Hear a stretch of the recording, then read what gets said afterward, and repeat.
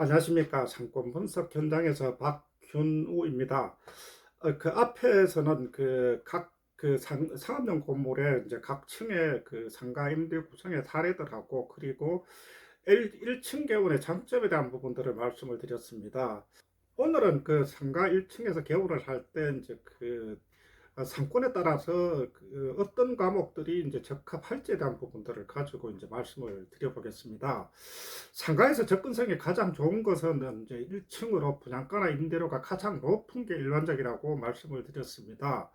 1층 분양가 임대료가 이제 일반적으로 100으로 놓고 보면 2층은 그 3, 40% 정도가 불과하고 그리고 위로 올라갈수록 이제 그 3층에서 5층 같은 경우 일반적으로 2층에 임대료의 한 80에서 90% 선에서 이제 책정되는 게 일반적입니다.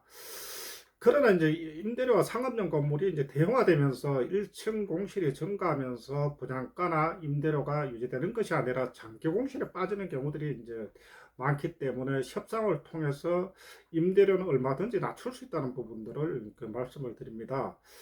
1층을 공실로 두었을 때 상층부 분양이나 이제 임대가 제대로 이루어지지 않아서 고전하게 되므로 오히려 재가격을 받지 못하더라도 건물주나 이제 시행 분양사 입장에서도 빨리 처리를 하는 게 전체적으로 유리하다고 이제 판단을 하게 됩니다.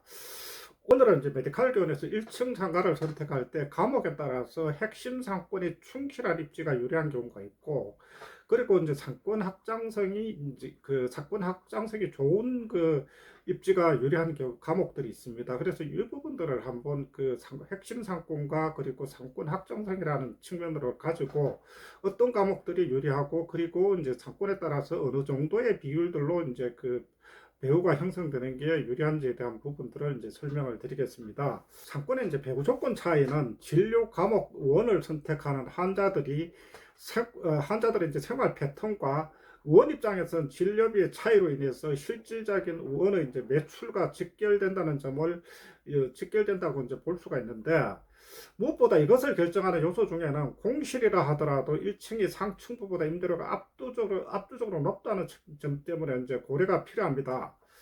일반적으로 상권 확장성이 필요한 과목을 들자면은 주로 이제 보면은 이제 상권 범위가 넓고 하는 과목들, 가장 대표적인 게 안과나 그리고 정형외과 안에는 이제 마취 통증이나 신경외과, 재활학과가 다 포함이 된다고 볼 수가 있습니다.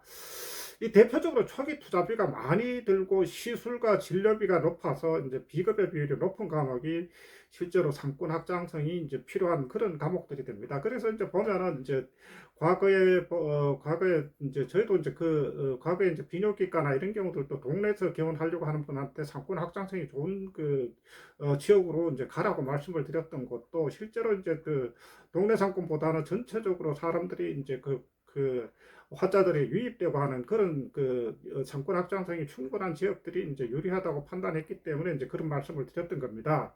이런 과목의 경우는 이제 핵심 상권의 충실성도 이제 필요하지만은 상권 확장성이 있어야만 충분한 환자를 유치할 수 있기 때문에 운영에 유리하다고 할 수 있습니다.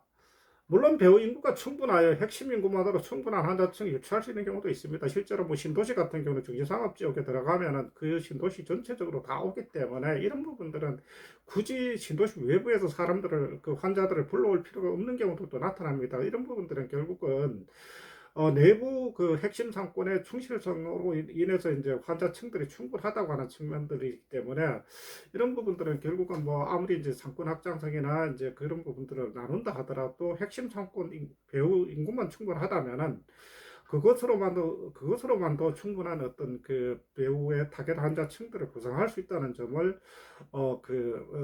점으로 이제 볼 수가 있다는 거죠. 그래서 일반적으로 이제 상권 확장성에 필요한 과목 같은 경우는 저는 이제 그런 말씀을 많이 드립니다. 우리가 이제 단순하게 이제 이 상권 확장성만 아주 넓게 필요한 과목, 넓게 필요해서 오히려 이제 뭐 그 주변에는 환자층들이 적은 경우들, 이런 경우들이 나타나는데 실제로 그렇게 했을 때는 오히려 초기에 홍보비가 많이 듭니다. 그렇기 때문에 오히려 이제 상권 확장성과 핵심 상권의 배후 인구들을 나눈다고 봤을 때는 5대 5 정도의 이제 비율을 가지고 주변 상권에서 어떤 그 배우의 인구들이 이제 분포되고 있는지에 대한 부분들, 그리고 이제 그게 맞는 타겟 환자층들이 한지에 대한 부분들을 확장성과 상권 핵심 상권으로 나누어서 이제 한번 나눠서 이제 판단해 볼 필요가 있습니다. 다음으로 핵심 상권의 인구가 충분한 지역의 경우 일반적으로 내과나 이비인후과, 소아 청소년과가 이제 대표되는 그 급여 과목에 해당이 되는데, 사실은 이 부분들도 저도 이제 굉장히 좀 난해한 부분들이 있는 게, 어떤 규모로 그리고 어느 정도의 우리가 이제 진료 패턴을 가지거나 수술을 하든지 뭐 이런 부분들을 가져간다면 실제로 이제 핵심 상권만 가지고 되는 게 아니라, 어떻게 보면은 거점 상권 나아가서 뭐 중소도시 같은 경우 도시 전체 주민들이 와야만 충분히 이제 유지가 되는 경우들이 있기 때문에, 딱히 이제 그 핵심 상권 상권 확장선 이걸로만 이제 따질 부분들은 아닌 경우들도 나타납니다. 그렇지만 일반적인 부분들로 봤을 때는 가능하면 이제 그 핵심 상권의 인구가 많은 지역들이 이제 그 내과나 이비인후과, 소아 청소년과는 유리하다는 겁니다. 이것은 이제 일반적으로 이제 경쟁이 치열하고 환자의 특성상 원거리보다 이제 근거리 상권을 이용하려는 패턴 때문에 핵심 상권의 배우 인구가 충실할수록 유리합니다. 앞서 언급했듯이 1층 임대료는 상층부보다 압도적으로 높고 급여 과목의 경우 수가가 낮기 때문에 핵심 상권의 타겟 환자가 충분치 않으면 운영상 어려움에 봉착할 수 있기 때문에, 실제로 가능하면 핵심 상권에 어느 정도 충실한 그 배우 인구들이 상주하고 있는 경우들이 이제 유리하다고 볼 수가 있습니다.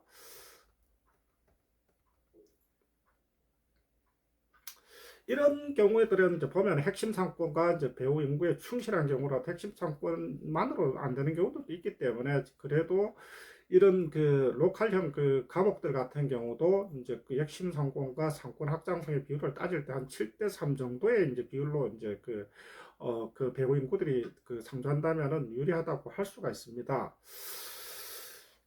물론 이제 실제로 이제 이런 급여가 실제로 이런 급여 과목 같은 경우는 가장 사실은 우선되고 하나 개발했었을 경우에 주변의 상권 확장성으로 유입시키려고 하는 부분보다는 오히려 이제 핵심 상권만의 이제 그 배우 인구 가지고 충분히 운영할 수 있는 그 기반을 만드는 게 어떻게 보면은 장기적으로 이제 그 운영에 유리하다고 볼 수가 있습니다. 이건 결국 이제 상권 확장성은 시간이 많이 걸리고, 그리고 홍보나 이제 광고비가 많이 들어가기 때문에 실제로 비용적인 측면에서 실제로 이제 비용적인 측면들이 많이 지출되기 때문에 이제 그런 그 상권 확장성만 가지고 홍보를 하기는 좀 무리가 있다고 하는 측면들을 이제 말씀을 드릴 수가 있습니다. 즉, 그 상권 확장성에 의한 배후 조건은 경쟁력의 플러스 알파 요소로 이제 인식을 해서 홍보나 그 광고 부분들을 준비할 필요가 있습니다. 이걸 처음부터 아예 이제 다 사람들을 홍보하고 광고하다 보면 비용들이 너무 많이 들어가기 때문에, 오히려 핵심 상권만으로 충분히 운영이 된다면은 어느 정도 기반을 잡고 나서 천천히 해가지고 홍보나 광고를 하더라도 늦지 않기 때문에 이제 그렇게 이제 말씀을 드립니다. 오늘은 상업용 건물 1층 개원을 할 경우에 각 과목에 따라서 어떤 상권의 조건이 필요한지에 대한 부분들을 가지고 이제 설명을 드려보았습니다. 감사합니다.